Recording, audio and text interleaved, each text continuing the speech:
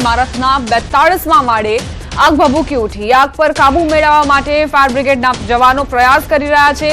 કયા કારણોસર આગ લાગી છે તે હજુ સ્પષ્ટ નથી। આગના ધુમાડાના ગોટે ગોટા જોઈ શકાય છે। 42મા માળે આ આગ લાગી હોવાની જાણકારી ફાયર બ્રિગેડને પણ ખૂબ જ સમસ્યાઓ, ખૂબ જ મુશ્કેલીઓ પડી રહી છે। આગને ઓલવવા માટે જે પ્રયાસો કરવામાં આવી રહ્યા છે તે અપૂરતા સાબિત થઈ રહ્યા છે। જોકે 42મા માળે આગ લાગી છે, જેના કારણે જ ફાયર બ્રિગેડના જવાનો આ મુશ્કેલીઓનો સામનો કરી રહ્યા છે।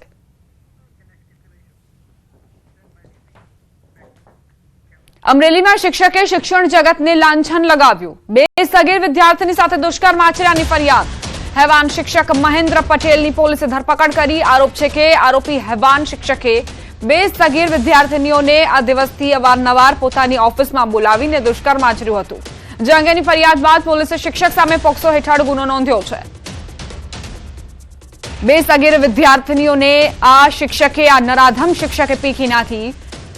પોતાની હવસના કારણે 2 વિદ્યાર્થીઓ, 2 સગીરાના જીવનને બરબાદ કરી નાખ્યું છે આ હેવાન શિક્ષકે।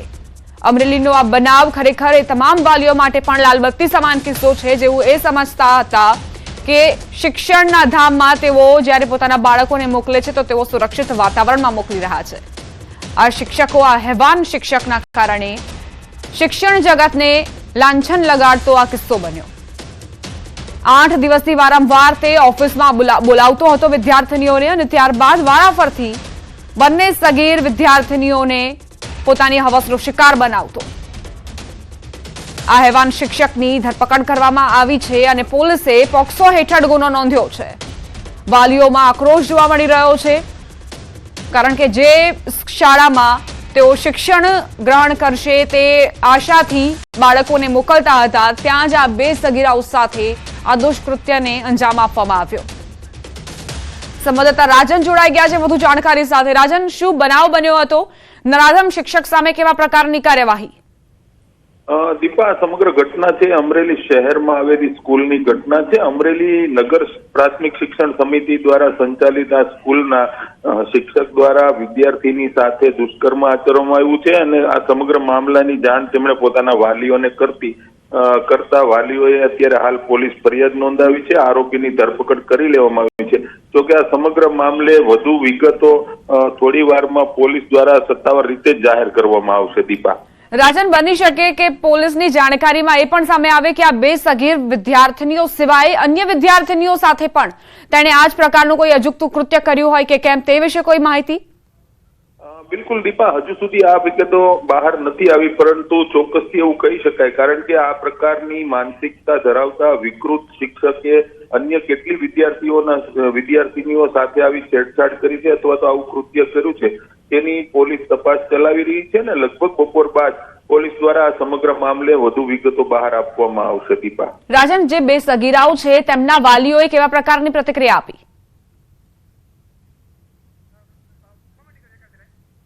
તો 2 સગીર વિદ્યાર્થીની સાથે દુષ્કૃત્ય આચર્યું છે આ નરાધમ શિક્ષકે। પોલીસે અત્યારે તેની ધરપકડ કરી છે।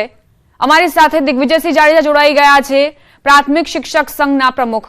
દિગ્વિજયભાઈ, આજે કિસ્સો સામે આવ્યો છે, તેને લઈને આપની પ્રતિક્રિયા પહેલા તો?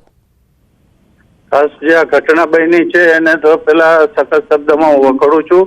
આ જે કૃત્ય જે કર્યું છે એ વ્યક્તિને કડકમાં કડક સજા થાય અને ઝડપથી ફાસ્ટ ટ્રેકની અંદર આ કેસ ચલાવી અને એક સમાજની અંદર દાખલારૂપ એક શિક્ષકને જ્યારે સમાજની અંદર એક ગુરુની રીતે જોતા હોય સમાજ અને બાળકો, ફક્ત શિક્ષક સમાજ નહીં પણ સમગ્ર દેશનું વ્યક્તિઓ પણ નીચું જોવા જેવું કૃત્ય અને જે કર્યું છે અને આ એક દાખલો બેસાડવા માટે સરકારે આવા જ્યારે શિક્ષકના થકી થતું હોય એ ક્યારેય ચલાવી લેવું ન જોઈએ અને એના માટે ખાસ આ પ્રક્રિયા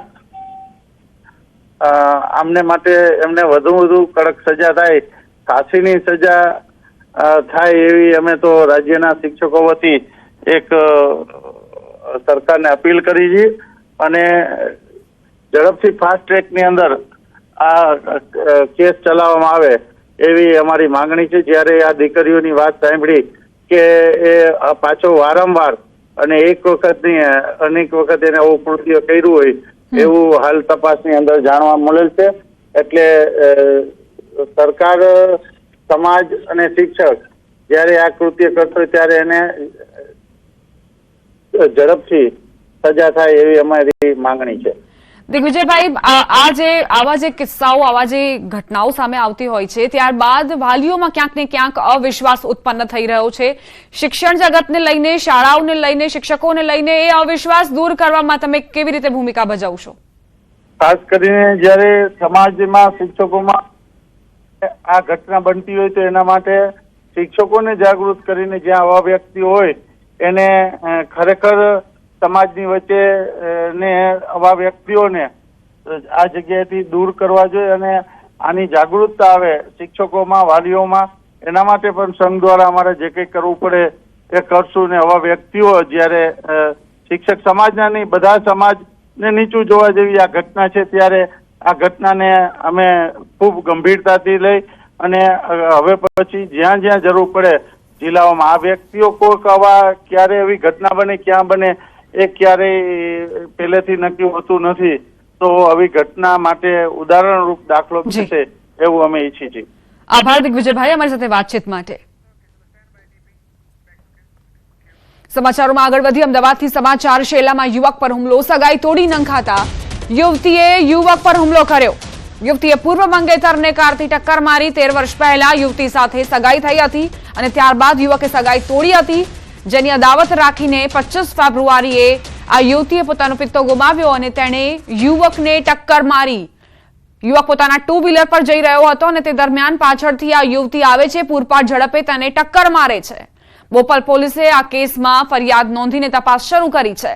સીસીટીવી ફૂટેજ પણ સામે આવ્યા છે, જ્યાં 2 વ્હીલર ચાલક એ શાંતિથી પોતાની રીતે રસ્તા પરથી પસાર થઈ રહ્યો છે, પરંતુ તેને નહોતી ખબર કે પાછળથી આ યુવતી તેની પર કાર બનીને ત્રાટકશે. જોકે જે યુવક છે તેને ઈજાઓ પહોંચતા તાત્કાલિક તેને સારવાર માટે ખસેડવામાં આવ્યો.